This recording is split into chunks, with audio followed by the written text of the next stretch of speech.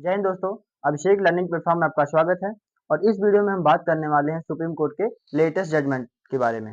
जो supreme court का latest judgement आया है वो जजमेंट आया है हमारे मतलब जितने भी लॉ ग्रेजुएट हैं उनके 3 ईयर प्रैक्टिस रेटेड। मतलब अगर आप नई वैकेंसी जितने भी आएंगी उसमें आप फॉर्म फिलअप करना चाहते हैं तो आपका उससे पहले आपका एक 3 ईयर का प्रैक्टिस होना चाहिए एज ए एडवोकेट। मतलब ये कि अभी तक जैसे हमारा ग्रेजुएशन होता था लॉ में, उसके बाद अगर कोई वैकेंसी आ गई तो हम उसी समय फॉर्म फिलअप कर देते थे।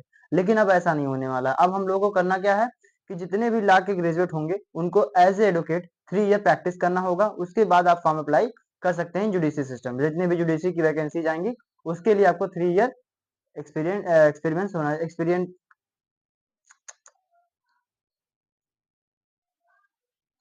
जय हिंद दोस्तों। अभिषेक लर्निंग जय हिंद दोस्तों। अभिषेक लर्निंग प्लेटफॉर्म में आपका स्वागत है।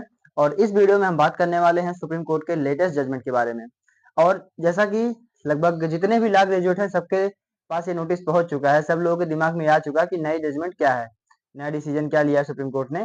सुप्रीम कोर्ट का नया जजमेंट ये है, नया डिसीजन सुप्रीम कोर्ट ने ये लिया है कि अब जितने भी लॉ ग्रेजुएट जुडिशरी सिस्टम में आना चाहेंगे या जुडिशरी सिस्टम के लिए फॉर्म फिलअप करेंगे एज ए जज के लिए, तो उनके लिए सबसे बड़ा चेंजिंग ये आया है कि अब वो 3 ईयर जब प्रैक्टिस कर लेंगे उसी समय वो अप्लाई कर पाएंगे, अदरवाइज वो फॉर्म अप्लाई नहीं कर सकते हैं। जिस तरीके से हम लोगों का किसी भी फॉर्म फिलअप करने के लिए 10th की मार्कशीट, 12th की मार्कशीट और सारी मार्कशीट इंपॉर्टेंट होती थी, ग्रेजुएशन की मार्कशीट, लॉ की ग्रेजुएशन की मार्कशीट, उसी तरीके से एक इंपॉर्टेंट डॉक्यूमेंट के रूप में ये हो गया है कि आपका 3 ईयर प्रैक्टिस होना चाहिए एज ए एडवोकेट। अगर आपके 3 ईयर प्रैक्टिस नहीं है तो आप इसके लिए एलिजिबल नहीं है, आप फॉर्म फिलअप करने आयोगे।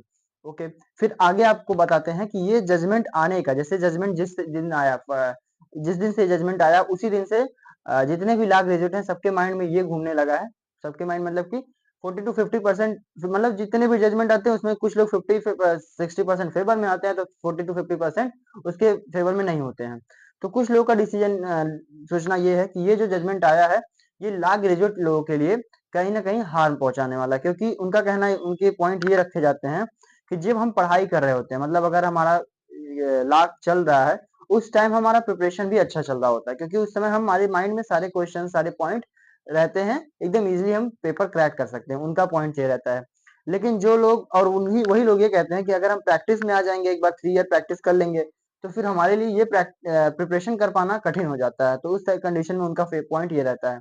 और वही लोग फिर ये भी कहते हैं कि अगर हम 3 ईयर प्रैक्टिस करके पीसीएस दे देंगे, इससे इससे अच्छा हम एचजेएस दे दें जो हमारा 7 ईयर प्रैक्टिस में मांगता है। तो उनका भी पॉइंट ये हो गया। लेकिन जो लोग प्रिपरेशन कर रहे होते हैं, मतलब जिनको इसके फेवर में होते हैं कि 3 ईयर प्रैक्टिस जरूरी हो गया, अच्छा है, वो कहते हैं कि मतलब अगर हम 3 ईयर प्रैक्टिस कर लेंगे तो हमारे जो जजमेंट देने के तरीके होंगे, हमें जो नॉलेज होगी वो अच्छी हो जाएगी, और हमारी प्रैक्टिस करने से हमारे जो माइंड की सोचने की क्षमता होगी, जो हमारे जजमेंट देने के तरीके होंगे वो न्यू बिगनर से अपेक्षा काफी अच्छे हो जाएंगे। जैसे कोई नया जज आता है after the complete of law graduation, उनकी कंपेरिजन में हमारा जजमेंट काफी बेटर होगा, हमारे सोचने की क्षमता, क्योंकि एज एडवोकेट हम 3 ईयर प्रैक्टिस कर चुके रहेंगे तो हमें कितना अच्छा केस को स्टडी करना है, केस स्टडी करना हमारे लिए इजी हो जाएगा। वो सब प्रॉब्लम वो बताते हैं, वो सब मेन फैक्टर्स बताते हैं आप ये 3 ईयर प्रैक्टिस के फेवर में। अब बात करें, अगर जजमेंट जो आया है, डिसीजन जो सुप्रीम कोर्ट ने लिया है, उस डिसीजन के फेवर में सुप्रीम कोर्ट क्या कहता है।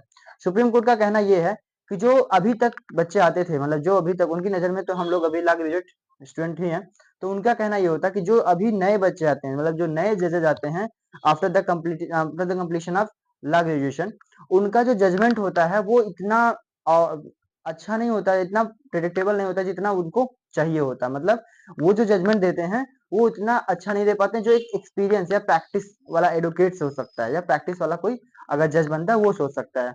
तो इस वजह से उन्होंने सोचा है कि अगर हम 3 ईयर प्रैक्टिस इंपॉर्टेंट कर दें तो इनका जो माइंड होगा वो डेवलप हो चुका रहेगा, ये केसेस को स्टडी करना इजीली समझ सकेंगे। हम प्रैक्टिस करते हैं तो प्रैक्टिस हमारा करने का एम क्या होता है, जैसे मान लीजिए अगर हम एडवोकेसी में जाते हैं तो एडवोकेसी जाने से पहले हम कुछ दिन किसी सीनियर एडवोकेट के अंदर में प्रैक्टिस करते हैं ना। तो उस सीनियर एडवोकेट में प्रैक्टिस करने का एम क्या होता है कि जिससे हम केस स्टडी करना, केस की ड्राफ्टिंग करना सब इजीली सीख सकें। तो अगर हम डायरेक्ट ग्रेजुएशन करने के बाद सीधे जज की वैकेंसी पे बैठा दिए, जज की पोस्ट पे बैठा दिए जाए और हमें कुछ पता ही ना हो, तो हम जजमेंट कैसा देंगे। तो जजमेंट हमारी मेंटल एबिलिटी पे होगी कि हमारा जैसा डिसीजन समझ में आएगा वैसा जजमेंट दे के हम निकल जाएंगे। तो वो जजमेंट, हमारा एक जजमेंट किसी की लाइफ संभाल सकती है, किसी की लाइफ एकदम खराब कर सकती है।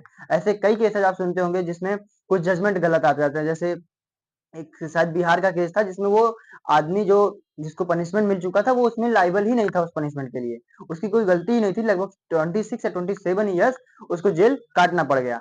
उसके बाद जब उसका दोबारा केस स्टडी हुई तो उसमें क्या हुआ, जजमेंट जब पता चला कि वो दोषी नहीं था, उसको बिना गलत फंसाया गया है, उसको पनिशमेंट गलत मिल गया है, तो उस कंडीशन में कोर्ट ने उसको कुछ रिवार्ड दिया था, कुछ उसको कंपनसेशन दिया था कि आपके जो इतने प्रॉब्लम हुए, जो आपको इतने प्रॉब्लम फेस करने पड़े, जो इतना टाइम आपको वेस्ट हुआ, उसके लिए जैसे उन्हें कंपनसेशन दिया गया। तो ऐसे कई सारे डिसीजन आते हैं। तो इस वजह से जो अभी जजमेंट आया है, इसके फेवर में भी हम रह सकते हैं कि हमें रहना चाहिए कि मतलब ठीक है, अगर डिसीजन आया है तो बेटर के लिए ही आया होगा।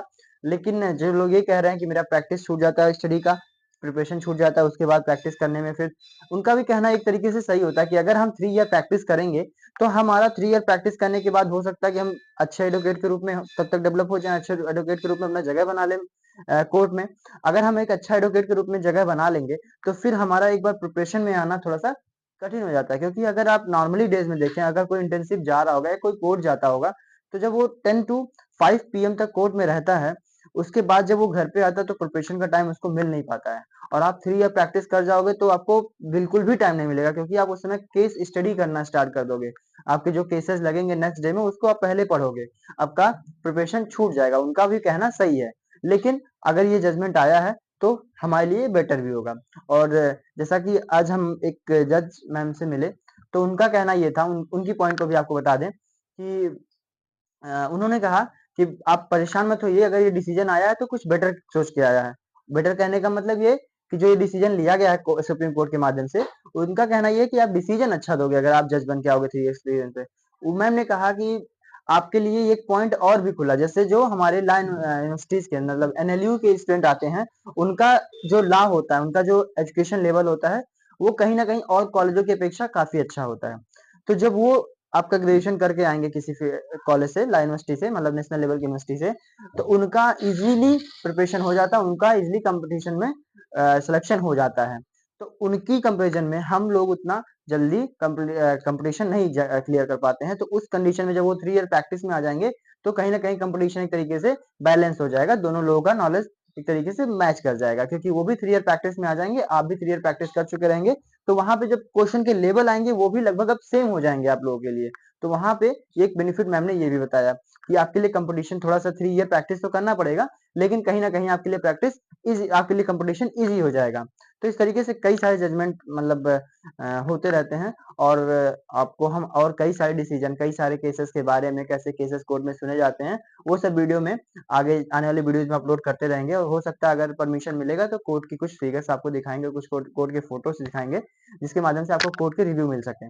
और मैं हम लोग अभी समय प्रैक्टिस करना स्टार्ट कर चुके हैं। तो आपको कोर्ट के बारे में कुछ पूछना हो तो कमेंट कर सकते हैं, कोर्ट में कैसे क्या होता है, कौन सा काम कैसे होता है, कौन से आपका एक जल्द ही मैं एक वीडियो बनाने वाला हूँ जिसमें जजेस के सीनियरिटी के रूप में हम आपको बताएंगे कि कौन से जजेस सबसे सीनियर मोस्ट होते हैं, उनके बाद कौन से जज की पोस्ट आती है।